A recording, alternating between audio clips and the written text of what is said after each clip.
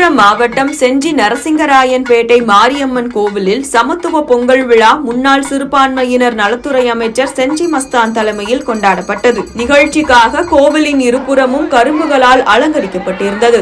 மேலும் மக்களுக்கு கொடுப்பதற்காக ஏராளமான கரும்புகள் அங்கு வைக்கப்பட்டிருந்தன. இந்த நிலையில் சமத்துவங்கள் கொண்டாடி கரும்புகளை எடுப்பதற்காக அங்கு கூடியிருந்த மக்கள் கரும்புக்கு காவலாக நின்று பொங்கலோ பொங்கல் என்று சொல்லியதும் கரும்புகளை அள்ளிக்கொண்டு ஓடிய சம்பவம் நகைச்சுவையை ஏற்படுத்தியுள்ளது.